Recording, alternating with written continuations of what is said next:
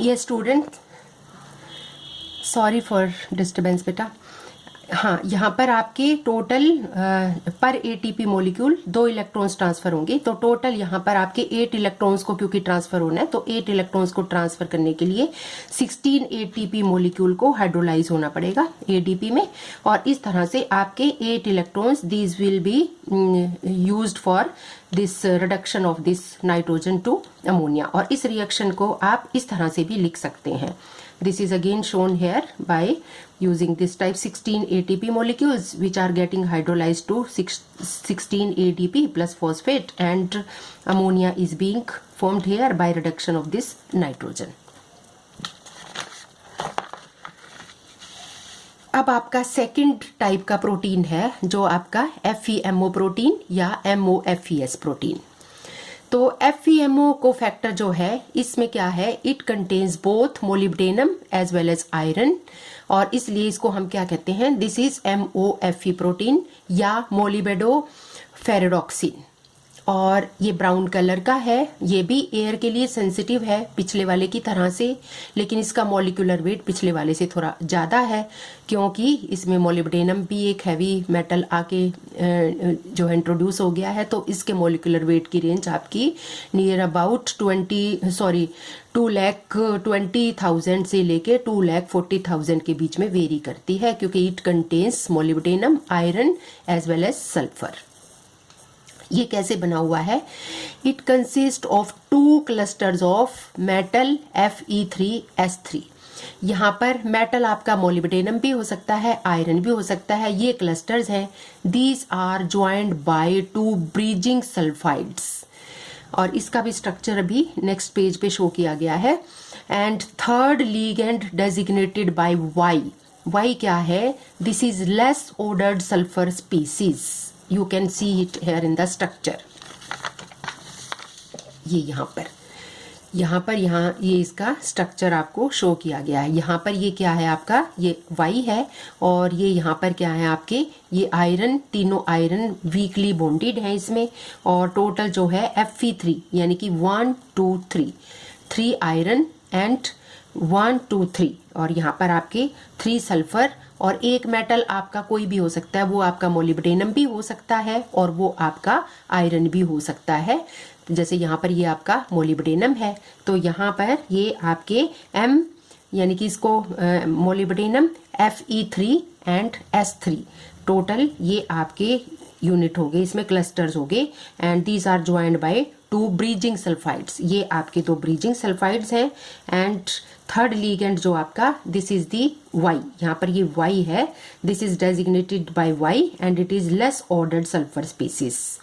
और iron atom यहाँ पर जो सेंटर में है, तो it will interact with other iron atoms and they will result in the formation of iron iron bond, और वीक बॉन्ड बनेंगे ये यहाँ पर। And they are having bond distance 2.5 angstrom. ठीक है, तो ये इसकी स्ट्रक्चर है। और यहाँ पर क्या आ गया है, यहाँ पर नाइट्रोजन इस कैविटी में आके आपका बाइंड अप हो गया है। तो यहाँ पर नाइट्रोजन बाइंडिंग होने के बाद फिर अब इसका रिडक्शन होगा, it will be reduce to ammonia, और उसमें रिड्यूस करने के लिए this bond will break down. And how this breakage of this bond take place, वो अभी आपको मैं एक्सप्लेन करने जा रही हूँ। तो यहाँ पर ये क्या था, this is the cysteine linkages यहाँ पर नहीं दिखाई गई हैं। यहाँ पर हमने cysteine linkages to thiol bridges and iron के जो ये आयरन के साथ जो प्रोटीन बाउंड करेंगे वो इस स्ट्रक्चर में हमने शो नहीं किए हैं। और इसमें क्या है, this is showing the probable mode of binding of the nitrogen molecule in the cavity of the iron molybdenum cofactor। तो यहाँ पर ये किस तरह से रिडक्शन का प्रोसेस होगा वो अभी मैं आपको एक्सप्लेन करने जा रहा हूँ। तो ये यहाँ पर आपने देखा कि किस तरह से MFE3S3 क्लस्टर जिसमें बनेंगे, और जिसमें मेटल आपका कुछ भी हो सकता है। And these are joined by the bridging sulphide, जो साथ में दोनों तरफ सल्फर थे आपके। एंड ए थर्ड लिगेंड जो बीच में सेंटर में रेड से शो किया गया था, designated by Y which is the less ordered sulphur species. और iron atom in the centre, it interact with the other irons और Fe बॉन्ड फॉर्मेशन हो जाएगा, जिसकी बॉन्ड की डिस्टेंस क्या होगी आपकी, इट इज 2.5 एंगस्ट्रॉम। तो अब ये क्या होगा, the iron molybdenum cofactor it contains 3 weak iron iron bonds, जो अभी आपने देखे थे, जो यहाँ पर आपके 1, 2 एंड 3, ये यहाँ पर आपके वीक बॉन्ड्स है, इसलिए यहाँ पे इनको डॉटेड लाइन से शो किया गया है। 3 weak iron bonds, these are destabilized because of distortion from the ideal tetrahedral geometry, क्योंकि वहां पर आप देख रहे हो कि geometry is distorted, that is not a regular tetrahedral geometry, और इसीलिए यहाँ पर ये आयरन आयरन जो डॉटेड बॉन्ड्स हैं ये वीक बॉन्ड्स हैं, because they are not stabilised one because of this distortion. तो क्या हो सकता है फिर, so it may be assumed that nitrogen could bind the centre of cavity में, जहां पर आपकी नाइट्रोजन को दिखाया गया है आयरन, ये यहाँ पर नाइट्रोजन मॉलिक्यूल इस कोफैक्टर की जो ये कैविटी थी यहाँ पर बाइंड अप कर जाएगा। फिर उससे क्या होगा, centre of the iron molybdenum cofactor and therefore it will replace the weak iron iron जो बॉन्ड बने हुए थे with multiple iron nitrogen bond formation हो जाएगी, जहां पर जो वीक बॉन्डिंग थी आयरन आयरन के बीच में, that bond will be broken down and new bond formation between iron and nitrogen will take place and the geometry is here, hybridisation will be approximately और you can say nearly it is the sp3 geometry. और as a result of this iron nitrogen interaction से क्या होगा, the sp2 hybridised जो n triple bond nitrogen bonds हैं वो week हो जाएंगे, नाइट्रोजन मॉलिक्यूल के जो इंटरनल बॉन्ड थे दे विल गेट वीकंड, तो वहां पर ये ब्रेक डाउन हो जाएगा और easily it will B converted or reduced to this, or you can say the bonds get weakened, therefore it will lower, इस weakening of bond से it will lower the high activation barrier for nitrogen reduction, और ultimately nitrogen molecule आपका it will be get reduced to the ammonia molecule. So this was all about the fixation of the nitrogen by using microorganisms, यानी कि and you can say biological fixation of the nitrogen. And एक छोटा सा topic जो इससे related आपका रह गया है, that is known as the abiological fixation या in-natural fixation of iron.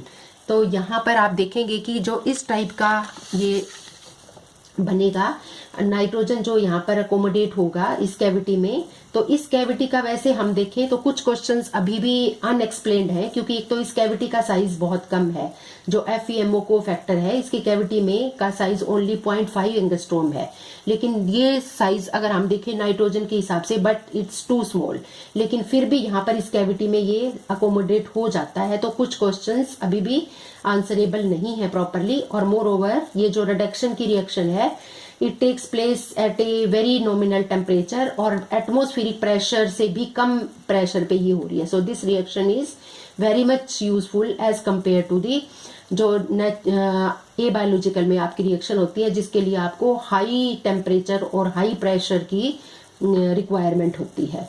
तो इसका मतलब biological fixation a biological fixation से कहीं ज़्यादा बेटर है। तो कल हम थोड़ी सी नेक्स्ट टाइम हम बात करेंगे ए बायोलॉजिकल फिक्सेशन की, but I should let you know कि एग्जामिनेशन पॉइंट ऑफ व्यू से जो आपका बायोलॉजिकल फिक्सेशन है वो बहुत इंपॉर्टेंट है। तो आज का क्वेश्चन जो है आपका नाइट्रोजनीज एंजाइम के ऊपर भी एक शॉर्ट नोट लिखने को आ सकता है, जिसमें आपको ये दोनों कंस्टिट्यूएंट इसके अच्छे से बताने होंगे, कौन कौन से दो कंस्टिट्यूएंट, एक तो आयरन प्रोटीन है आपका या आयरन सल्फर प्रोटीन, या दूसरा है आपका आयरन मोलिब्डेनम प्रोटीन, और ये कैसे किस तरह का स्ट्रक्चर शो किया गया है इसमें और किस तरह से बाइंडिंग होती है नाइट्रोजन की, ये आपको प्रॉपरली उसमें एक्सप्लेन करना होगा।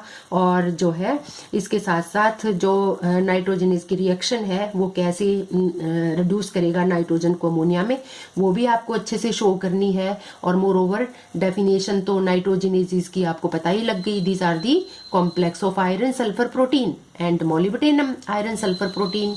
और इसकी एक्टिविटी में you are to use the ATP molecule, ATP molecule will get hydrolysed, और उससे क्या होगा, एनर्जी प्रोड्यूस होगी। वो एनर्जी प्रोड्यूस होगी वो किस काम आएगी, for the transferring of the electron.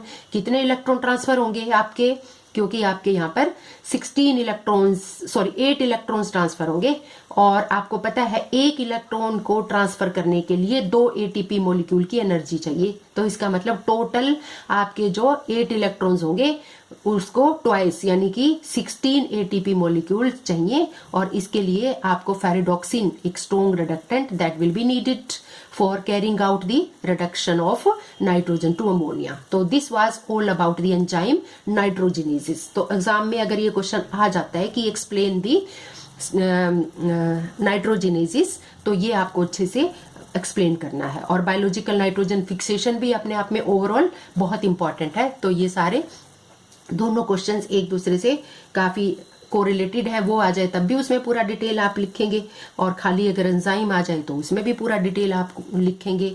And this was all about your biological nitrogen fixation. Revise it properly and small topic is left that is a biological या in vitro या artificial, उसको हम next time ले लेंगे, but that is not that important जितना कि ये biological fixation है आपका।